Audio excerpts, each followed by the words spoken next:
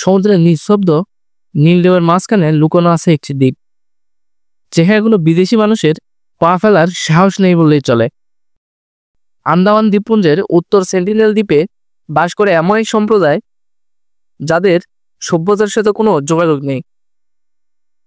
এই দ্বীপে পা রাখা মানেই বিপদের মুখোমুখি হওয়া। ধনুক, তীর এবং বর্ষা হাতে দ্বারা আগ্রাসন প্রতিরোধ করে। এই জনগোষ্ঠী হলো সেন্টিনেলিজ, পৃথিবীর সবচেয়ে রহস্যময় এবং বিচ্ছিন্ন জনগোষ্ঠী।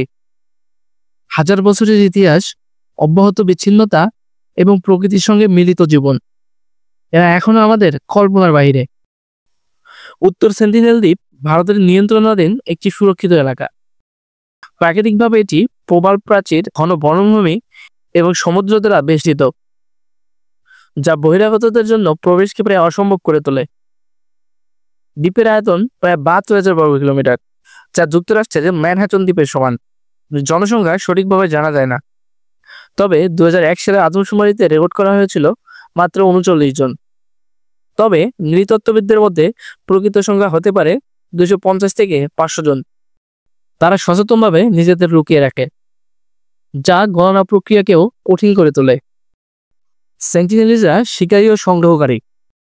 তারা চাষাবাদ বা পশুপালন জানে না, তবে বুনো শূকর, মাছ, ফলমূল এবং মধু সংগ্রহতে তারা অত্যন্ত দক্ষ। গ্লুক, তীর, বর্ষা ও হাত্তার করে তারা শিকার করে থাকে। কোনো প্রাচীন জাহাজ থেকে পাওয়া লেখা দিয়ে অস্ত্র তৈরি করার ক্ষমতা তাদের অভিযানশীলতা প্রমাণ করে। ১৯৬৭ সালে নৃতত্ত্ববিদরা দেখেছিলেন তারা কৈহরে আগুনের ব্যবহার করেছিল, যা রান্না বা তাপ ব্যবহৃত হতো। পোশাক হিসেবে তারা পশু পাখির চামড়া এবং গাছের ছাল বাকল ব্যবহার করে। তাদের ভাষা সম্পূর্ণ অজানা, যা অন্য আদিবাসী পেশার সঙ্গে কোনো মিল নেই। সেন্টিনেলিজদের সঙ্গে বহিরাগতদের যোগাযোগ প্রায়শই বিপজ্জনক। ১৮৮০ সালে ব্রিটিশ নৃতত্ত্ববিদ এম.বি. পোর্টম্যান দ্বীপে প্রবেশ করেন। তিনি ৪ শিশুসহ ২ জন প্রাপ্তবয়স্ককে নিয়ে গবেষণা চালান। এর মধ্যে ২ জন প্রাপ্তবয়স্ক অজানা মারা যান। এই ঘটনা সেন্টিনেলিজদের মধ্যে বহিরাগতদের প্রতি অবিশ্বাস এবং প্রতিহতের জন্ম দেয়। ১৯৭০-এর দশকে ত্রিলোকনাথ পণ্ডিত শান্তিপূর্ণ যোগাযোগের চেষ্টা করেন। উপহার হিসেবে নারিকেল, কলা এবং বিভিন্ন ধরনের ফল নিয়েছিলেন। ১৯৯১ সালে প্রথম শান্তিপূর্ণ যোগাযোগ ঘটে, তবে সেন্টিনেলিজরা তীর, পাথর, বর্ষাসুরের প্রতিরোধ দেখাত। তারা নিজেদের সার্বভৌমত্ব রক্ষায় বদ্ধপরিকর। ২০১৮ সালে আমেরিকান খ্রিস্টান ধর্মযাজক জন অ্যালেন চাও দ্বীপে প্রবেশ করেন। তার উদ্দেশ্য ছিল সেন্টিনেলিজকে খ্রিস্ট ধর্মে দীক্ষিত করা। তার এই অনুপ্রবেশের ফলে তাকে তীর মেরে হত্যা করা হয়। এটি প্রমাণ করে যে সেন্টিনেলিজদের প্রতিরোধ স্বাভাবিক ও যৌক্তিক, একটি সার্বভৌম জনগোষ্ঠীর আত্মরক্ষা। ভারত সরকার দ্বীপটিকে সংরক্ষিত এলাকা হিসেবে ঘোষণা করেছে।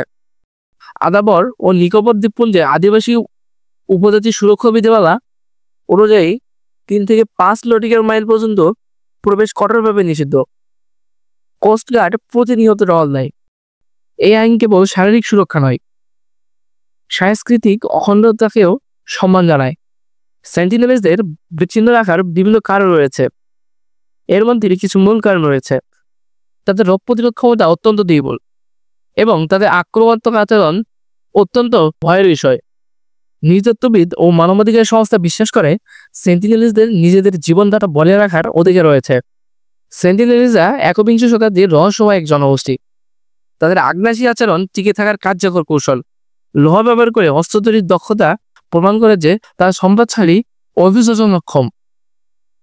ভারত সরকার ও আন্তর্জাতিক সম্প্রদায়ের আইন নীতি কঠোরভাবে পালন করা জরুরি। তাদের স্বেচ্ছামূলক বিচ্ছিন্নতা, সাংস্কৃতিক অখণ্ডতা এবং আত্মনির্ভরতা প্রমাণ করে যে হাজার বছরের বেশি সময় ধরে টিকে থাকা কোনো বিষয় না, এটা অত্যন্ত সম্ভাব্য বিষয়। আপনাদের কি মনে হয় সেন্টিনেলিজরা এমনি কতদিন টিকে থাকতে পারবে? অবশ্যই কমেন্ট বক্সে জানাবেন। আর এরকম অজানা সব ভিডিও পেতে আমাদের চ্যানেলটি সাবস্ক্রাইব করে রাখুন।